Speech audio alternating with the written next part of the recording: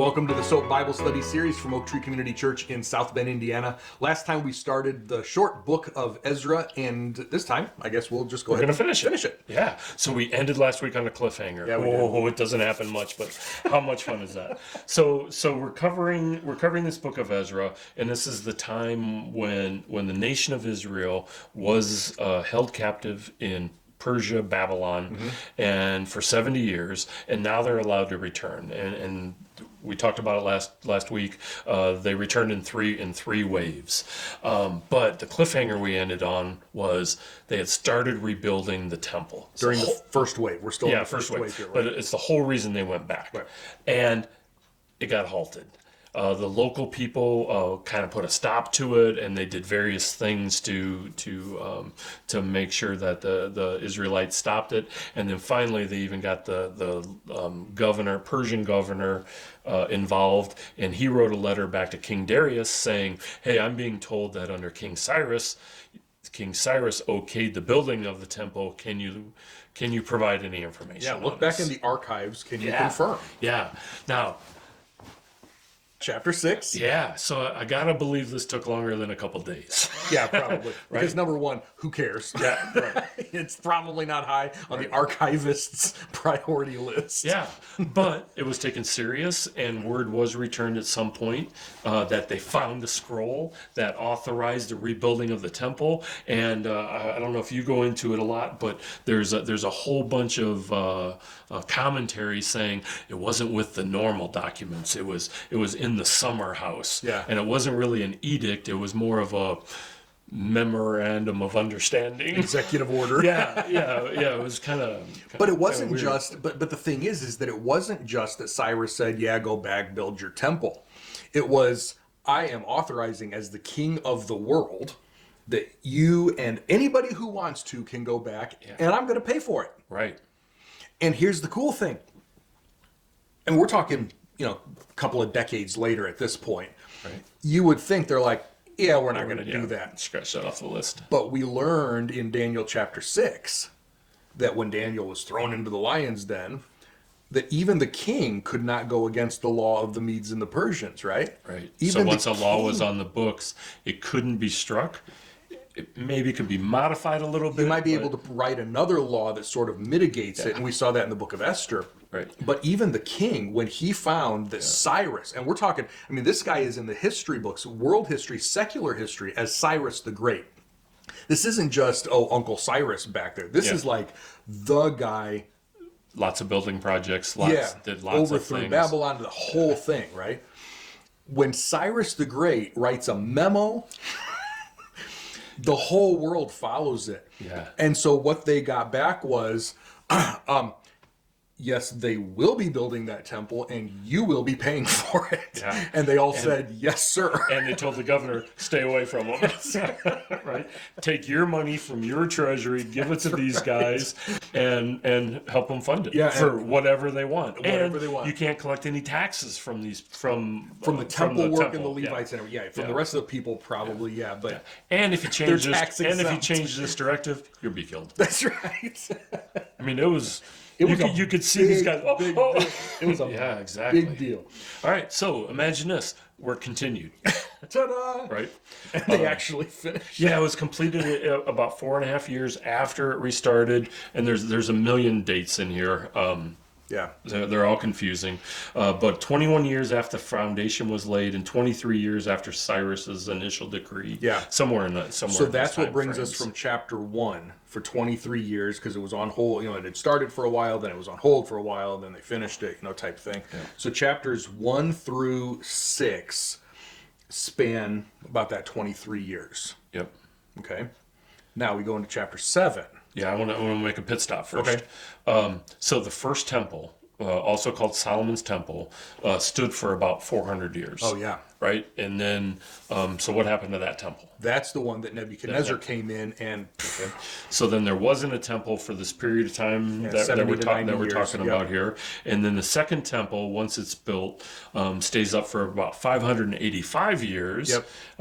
And that got knocked down by Rome. Yeah. right? That's the one. Oh, you were, No, go ahead. I was going to say that's the one that Jesus was in. Right. The apostles were in. Right. That's what we read in the New Testament. Yep.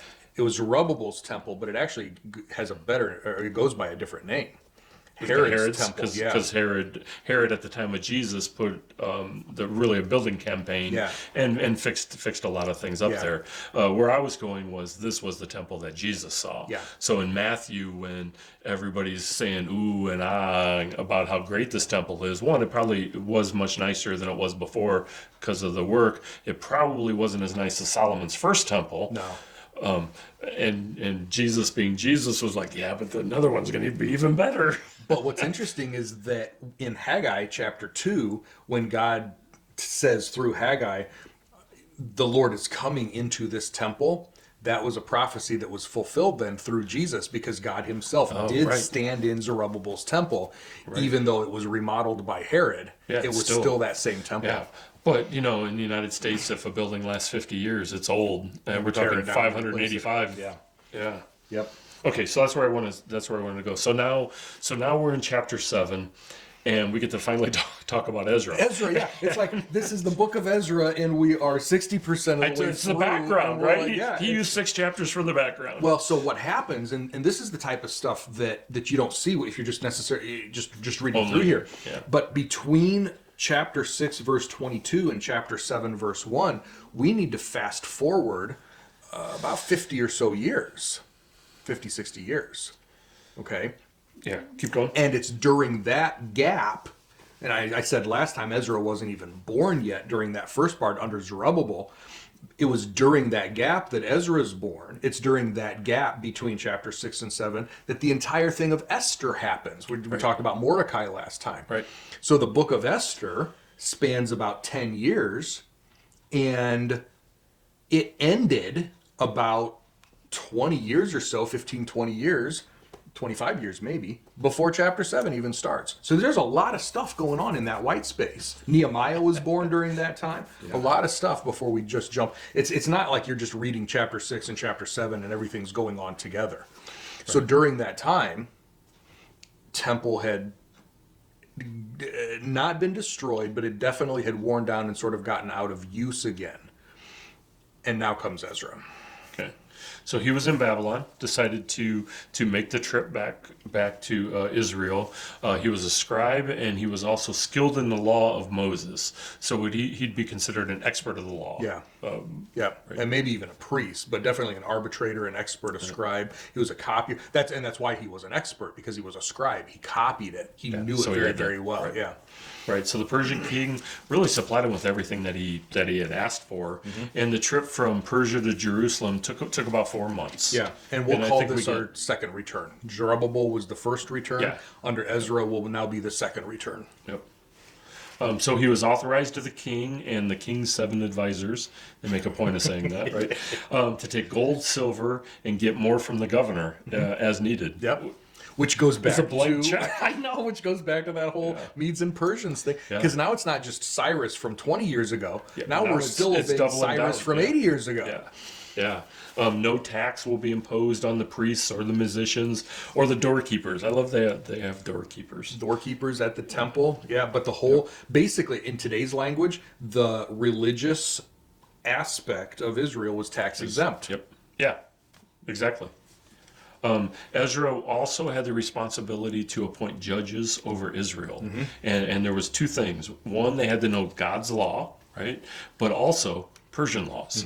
And we talked a little bit about that last week, where there was some awesome things that happened like this, where an Israelite gets to appoint the judges that are gonna rule over the land. But Persia is also, okay, but they also have to know Persian law. Right, because Israel is still functioning under under their dome, control, right? Yeah, I thought that was kind of cool. You might also you might call it at this stage. You might say that Israel was one of Persia's territories. Yeah, from that. Yeah, that's a good way to put it. Yeah. Right. So in chapter 8, Ezra is doing the travel part. Now put yourself in his position, right? You're a scribe. You seem to have good administration skills, so you're definitely keeping track of everything, and you got all these families that are coming with you, and most of them have family members that went back under Zerubbabel, right? And now they're more rejoining coming. them, yeah. And under Zerubbabel, there's about 50,000. Ezra, some question how many, but probably around 1,700 with men. Yep. And maybe that's 4,000 to 5,000 with the children and wives. Yeah, not nearly as large of a Yeah, group a tenth. as came back the first time. Right. Right. Right. But they get to the staging area, and there's no Levites with them. And no Levites had volunteered to come. So before he even starts, he's got a big problem, and he needs to find some Levites to come with him, Yeah. because they need Levites to work in the temple. It's the exact same problem that Zerubbabel had. It doesn't matter if you have a beautiful temple. It doesn't matter if you have all the furnishings. Under God's law, only certain people were allowed to be priests and be part of the temple service. Well, it's been quite a while now between chapters 6 and 7, and the whole temple thing, even though it was finished, even though it was running, It wasn't. yeah, it just sort of petered out, and it had gone under decay again. So Ezra is not coming to like rebuild and restart the whole, or to start up the whole thing like Zerubbabel was. His is like, we need to restart, we need to get it going again. But he didn't know who was going to be there to start it, and he didn't have anybody going to help him. So it could have been a wasted trip if he showed up and there's just no him. Levites. Yeah. So he was able to recruit like 38 Levites and 220 temple servants too. Yeah. Not much. Yeah, but it's 38 more than they had before. Yeah. Yeah. Yep. And then Ezra also had a little bit of a problem, which I find is kind of humorous. He told the Persian king, the God of Israel is protecting them, and he has a great anger, and that anger would be shown to their enemies. And now he's got a 4-month trip that he's going on With a lot of wealth and a lot of people. and he can't go back to the king and say, "Can I have a police escort?" Yeah, what about your king? Your God, Is he you gonna said your take God back? was going to protect you, Yeah. right? Yeah. So, like you said, they had an incredible amount of wealth. So he chose 12, I gotta believe, honest men, and he divided up the wealth with them. Yeah. So he basically brought them into a room. They had a scale. They weighed out whatever they weighed out. He made a list. I gotta assume the people initialed on the list. Yeah. This is what I got. I got, and then those people were responsible for taking that portion. Yeah. Yeah, and think about it. It's all not in one. It's not in one space. It's dispersed out to 12 people. Ideally, they kind of didn't travel by each other too. Yeah. So if bandits did come and hit, a 12th of it leaves instead of the whole thing. Yep. Now, I'm thinking a bag, right? I mean, how much could this possibly be? Right, exactly. So they list it in here. They list like all the stuff that's in here, and they use a unit of measure called a talent. Talent, yep. Yeah, and a talent is supposed to be around 66 pounds. So if you measure all this out, it's like 28 tons worth of wealth that they're taking, right? 28 tons. That's a lot. Yeah. That's you can't hide it, or you do your best to hide it. But there's a lot going on there. Yeah. So And I think there's some of that I think some of that is differences in our weighing scales and everything, because the word talent can refer to an amount of money as much as it can a weight, an actual weight. Yeah. So whereas some of these may have been the actual weight, some of them may have been like particular smaller, coins, that are worth a lot, but may not weigh the full 66 pounds. Okay. So, especially with the number of people that he had, I don't know that it got all the way up to the 28 tons. Yeah, I mean, it's still that's a an lot. unbelievable There's amount. still a lot of stuff going on. There's a lot of money. There's a lot of weight. Yeah. Yeah, and then from a travel standpoint, we know that it took about 4 months. It also seems to be about 900 miles. And I think from the travel, you would expect them to go straight across. The problem is there's a desert right here. So they actually had to do a V. Yeah, they'd follow the river, follow the Euphrates River. Same thing that Abraham did, same thing that Jacob did, same all go up sort of into modern day Syria and then come back down a little bit. Yeah. Yeah. So if you take 900 miles and you divide it by 120 days, figuring 30 days in a month, you get 7.5 miles. So they had to average 7.5 miles a day. Yep. That doesn't seem like a lot. in the But- desert. But I would not want to walk 7.5 miles a day for 120 days 4 straight. months? Yeah, right. Yeah, and you got to believe they took some days off, so they had to double up. You got animals, you're And you carrying got all this kids. stuff. It's Yep. not like you're just, this is, Yeah. So athletes. could an army go faster? Yeah, exactly. Could an army go faster? Yes. These are families that are going back to. Yeah. Yeah. I wonder if, it almost had to, but I wonder as Ezra is leading this small group through the wilderness on their way back to the land, if you ever felt like Moses. Yeah, you had to. Right? It's 4 months, it's not 40 years. He's thanking God that it's not. Well, yet Moses didn't think it was going to be 40 years either. Don't screw up. Don't screw up. Don't use your staff to hit any water. Yeah, right. So God delivers them from bandits and enemies, and they didn't have any reported issues. Yeah. Then they get to the temple. First thing they do is they weigh out everything. Everything checks out, and they're weighing in front of the scribes and the priests that are in the temple. Yep, lots of witnesses. Yep, burnt offerings were given, and he's starting off on a very good foot. Yep. Then we get to chapters 9 and 10, Which really do go together as a package. Yeah. And this last issue takes up these 2 chapters. The issue started after the first wave came back, and it's odd to me that they weren't the ones that addressed it. I know. And it wouldn't have been an issue if they would have. And they waited to dump it on Ezra. Yeah, but honestly, if you think about it, they hadn't addressed this issue for the previous 1,000 years either. I mean, this is like a recurring thing with Israel. Yeah. So what's the problem? The problem is that the people of Israel, the priests and the Levites, have not separated themselves from the local residents who practice detestable things, just like the Canaanites, Hittites, Perizzites, Jebusites, all these names from Right. So they are intermarrying And in with fact, non-Jewish. they are marrying the women of these pagan Enemy tribes, pagan tribes, and they're starting to let that infiltrate the nation of Israel again. Yeah. So in America, not a big deal, right? I mean, intermarrying and, we're happy to take all your food, all your, and Americanize it and make it our own, right? A big melting pot. But it's not the case for Israel. Israel was specifically set apart. Right. And this, like you said, it led to idolatry in the past, and the Mosaic law forbids intermarriage in a number of places. Yep. And in the mind of Israelites, this was a big reason why they got sent to Babylon in the first place. Yeah, because the they got exile exile for idolatry. was idolatry, and it stemmed out of with this. that. Yep. And so now Ezra comes back, and he And finds they out just got back from exile. Yeah. The day after you get back from exile. we're going to go back and do all the same stuff. It's like, come on. And Ezra, I mean, we're sort of, joking about it, but Ezra, He flips out. he does flip out. I mean, he's pulling out his hair. You can imagine tears he's his yelling clothes. at people. He's Right. and he just falls down on his face and stays there. And everybody's like, is he throwing a temper tantrum? Is he, what's going on here? Yeah. So then he stands up and he prays. Yeah. And this is a public prayer before the temple. So I don't know that the whole nation of Israel is listening at this part. They do come together after a while. But the leaders are there. The priests are there, definitely. Yeah. And he is embarrassed and he is ashamed for the nation, and he's telling God this. Yep. And he confesses that we are guilty. I mean, he's shouldering the blame for his people, and that they are recommitting the same crime that they got put in exile for, and saying, God, you could easily wipe us out for this. And I think he scared the whole nation on what's going on.